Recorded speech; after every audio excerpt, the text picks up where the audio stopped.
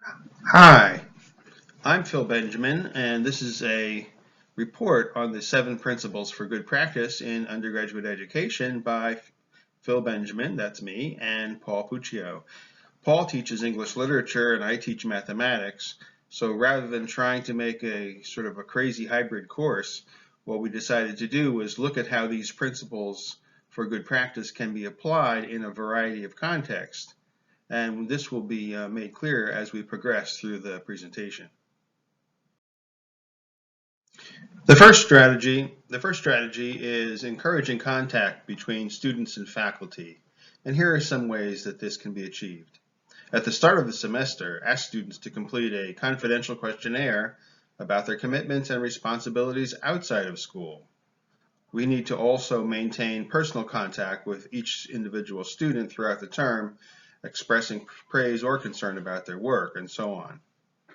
The first week, we can have an assignment for emailing a letter to the professor, inviting questions about and responses to the syllabus. Also, in an assessment vein, we can assign a short quiz to confirm that the students have read and understood the course syllabus. Often, students don't read the syllabus until they feel they really need to, and we need to encourage them to do this right at the beginning. The second principle involves developing reciprocity and cooperation among students. The strategies we'll talk about here help to create community among the students while also teaching collaboration. In online learning, this is really important because students are not physically meeting. Without the activities such as these, students may view an online class as a one-to-one correspondence with a professor and lose out on the values of cooperative learning. So some of the strategies here involve identifying student groups and assigning each group with a different critical question about a reading, with the results shared with the full class. It's also important to allow time for students to chat in small groups about other things other than the course, maybe at the start of their small group sessions. Also, it's important when students do work in groups to clarify the role of each of the students in the groups, and we'll discuss that more later. The third strategy involves using active learning techniques. These practices help students to engage with all of the work of a course and to pay attention to their cumulative accomplishment in the course. These strategies represent both micro and macro learning and personal development. So some activities that will implement this strategy: providing discussion questions for each reading assignment, guiding students' reading and focusing their attention on critical issues, assigning reflective writing that invites students to make personal contacts with the readings. Having students maintain a portfolio of their work is important in many different contexts, by the way, both in English and math. And another idea is having students maintain a log of their progress, which is shared only on the instructor. And this involves also using their time wisely. We'll talk about that later also. The strategy of giving prompt feedback is really important in on-site and online courses. We have so much to accomplish in 14 weeks. We need to make the best use of our time with the students. Delaying feedback also interferes with the learning process and can involve losing student engagements. Professors need to maintain regular contact with students in an online class, provide feedback to their work as soon as possible. So 3 ways to do this: respond to short writing assignments within 1 to 2 days, always including individual and substantive feedback. Respond to essays and longer assignments within a week, and again, providing detailed feedback. Another way in some contexts is to use Blackboard capabilities to give students online feedback from assignments that can be auto-graded, so they can get immediate feedback to know whether they're on track. The fifth strategy of emphasizing time on task is very important. The students need to understand that learning takes a lot of time. Also, it's important for students to distribute their time effectively. Spending an hour a day for 5 days a week is much more effective than spending 5 hours on a task 1 day per week.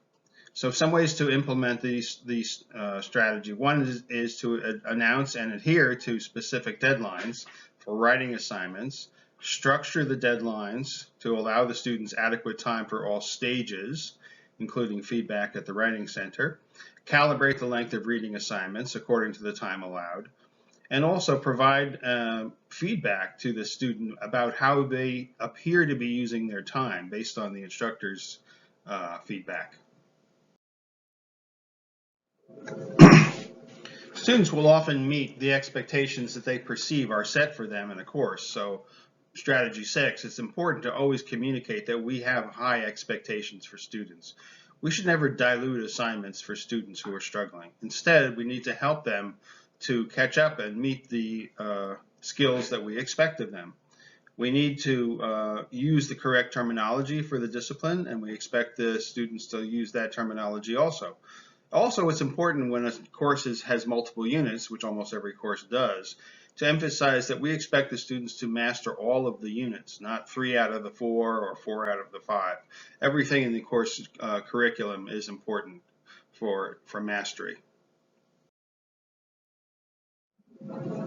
Principle 7, strategy 7, we need to respect that students have diverse talents and different ways of learning.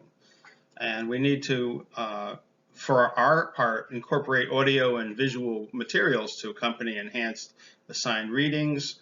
We need to allow students to choose texts that are interesting and important to them. And also, in whether it's a writing course or a math course, we tend to emphasize what the student writes. And it's very important to allow the students and encourage the students to talk through problems and talk through how they have approached various issues. So that's a skill that we need to encourage more of. It's important to establish good communication between the student and faculty right from the beginning of the course. Hopefully the first activity that students do in the course is to read the syllabus. Often they don't, particularly if the syllabus is lengthy or has too much detail and the student thinks, well, I'll just do that later. Having a short quiz at the beginning of the course so the students can be quizzed on the contents of the syllabus, and also making sure that that's auto-graded by Blackboard so students get immediate feedback on their understanding of the syllabus can set the tone for the rest of the course. One way to implement online for strategy 1, that is encouraging contact between students and faculty, is to have the students write a letter to the professor. In week 1, you can assign an email letter to the professor inviting questions about and responses to the syllabus, write the assignment itself as an email letter, send individually to each student. This models length, tone, degree of detail, structure, and email protocols, and then respond individually to the letters, addressing the concerns and answering whatever questions students have. This assignment encourages students to read the syllabus at the start of the semester. It also establishes personal contact between student and professor. It identifies aspects of the course that students might find confusing, daunting, or worrisome, and it gives the professor an early example of student writing. In the face-to-face classroom, this could be accomplished with printed letters and handwritten responses. In the online classroom, the exchange can be using email. One of the problems for students working in groups is that they sometimes fumble about who's going to do what in the group. And one way the instructor can facilitate that is to have students work in a group where there is a pre-assigned role for each individual in the group. For a math problem, for example, where there's multiple steps to arrive at a solution, the one person can be designated as the problem interpreter to interpret what's going on in the problem. Another one can be setting up the actual mathematical notation for the problem. Another one is the person who actually takes the mathematical notation and solves the problem. And the final person could be the person who interprets the solution in context of the original problem. This can be done as a group, also online as well as on site.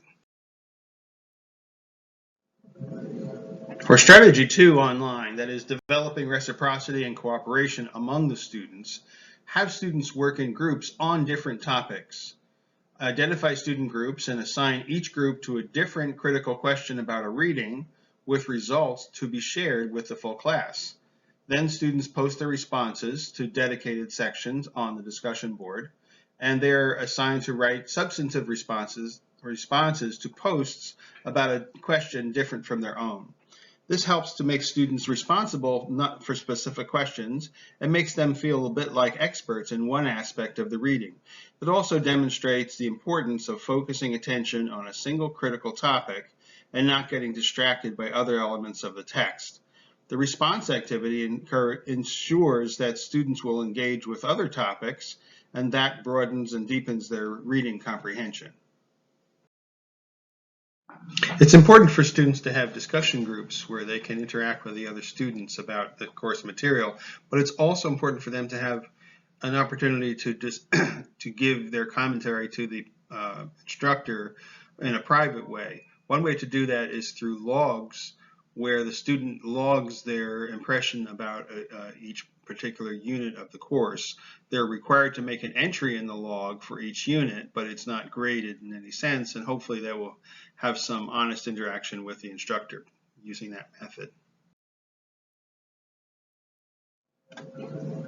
Strategy 3, using active learning techniques, can be achieved online by using reflective writing.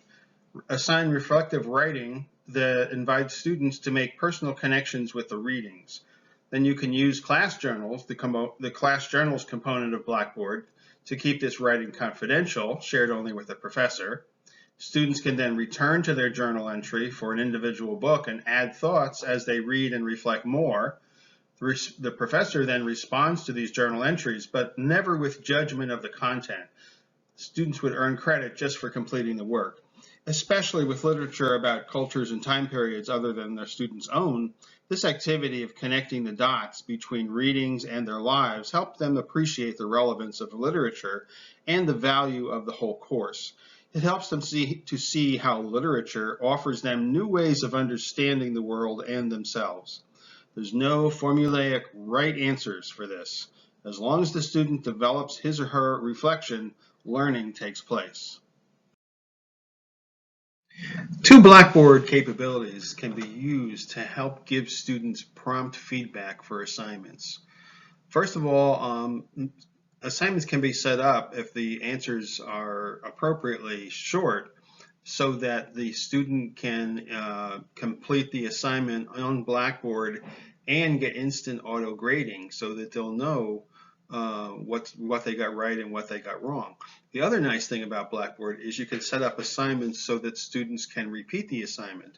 So for certain assignments, we want students to get full mastery, and so they can repeat the assignment until they get a grade of 100 on the assignment. This makes it fast so they can get this feedback about their progress, and also they will get it very quickly and on their own time.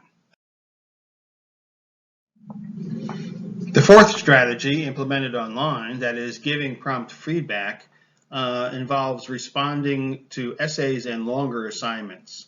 Reading student papers can be enjoyable when the professor's first motive is to engage with the student's ideas and respond to them. This isn't the same as, quote, grading papers. It's firstly, quote, responding to papers. Personal comments, as well as specific and focused questions, let students know that the professor is listening to them and takes their ideas seriously. The comment function in Microsoft Word facilitates this process, and an email from the student with a response to the professor's feedback can also help develop their metacognitive skills. The issue of time on task has several components. First of all, obviously the total amount of time that students spend is important, but also they need to spend time in a timely way. That is, not wait for the last minute and then try to cram a lot of assignments or material. Notice that in Blackboard we have a timestamp for everything that's submitted, and so we can actually see the distribution of time that students are spending on their tasks. One thing to do to emphasize that students need to distribute their time is to give them small assignments that they can submit in a very timely way, particularly if they're learning new material. They can then have a sanity check to make sure they understand the material. Strategy 5, online, emphasizing time on task. Make sure to calibrate the length of reading assignments. Calibrate the length of reading assignments according to the time allowed. Assign weekly discussion board prompts that correspond to the assigned reading and hold to the deadlines for these posts. Keep the amount of weekly reading consistent. This allows students to predict how much time they need each week for reading assignments, and provide students with support materials such as charts for identifying characters, their importance, and their relationships to one another. Students in the 21st century often struggle with reading stamina, so it's especially important to structure their reading. This approach organizes the reading into manageable segments, and the discussion board prompts both focus their attention on that particular critical issues and keeps them on task. Their discussion board posts won't be successful if they don't complete the reading. Part of the process of communicating high expectations is to use cumulative assessment for the class. Students need to understand that all of the material in the class is important and that they should strive to master all of the material. There are some classes where dropping the lowest grade is even part of the grading process. This leads students to think that, oh, well, as long as I learn something, that's okay. Making all tests cumulative means that students will learn that they are responsible for all of the material in the course. And this will also improve their grade in the long run because they will continually have a chance to remaster and demonstrate their knowledge of previous units. Strategy 6 of online learning, that is communicating high expectations. One way to do that is to use the critical terms of the discipline and expect students to use those terms as well. The students define the terms the first time they're used, and the professor also slowly over time develops a glossary of terms as they are needed, not just some long list at the beginning of the course. If the student does not use the relevant term, the professor will prompt the student to find the appropriate term. Not all students in a literature class are majoring in English or will attend graduate school in literature, but this practice reminds students that every community or field of inquiry has its own discourse standards. The broader lesson in this practice is to learn the specific language uses of any community or field you engage in, so that you may be a full citizen of that community and communicate more effectively with others in that community. For math problems, students often learn how to write down the solution to math problems, but they don't really learn how to correctly say either the mathematical terminology or to use terminology in a reasonable way.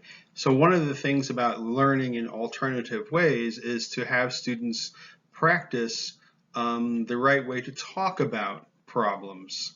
So the task here is for students to talk their way through problems.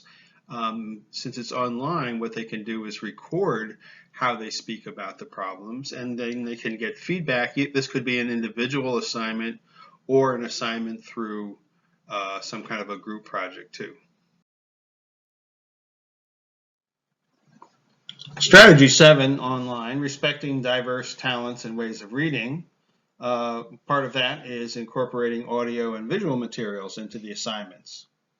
Many students will report that they comprehend ideas more quickly if they hear them or see visual representations of them.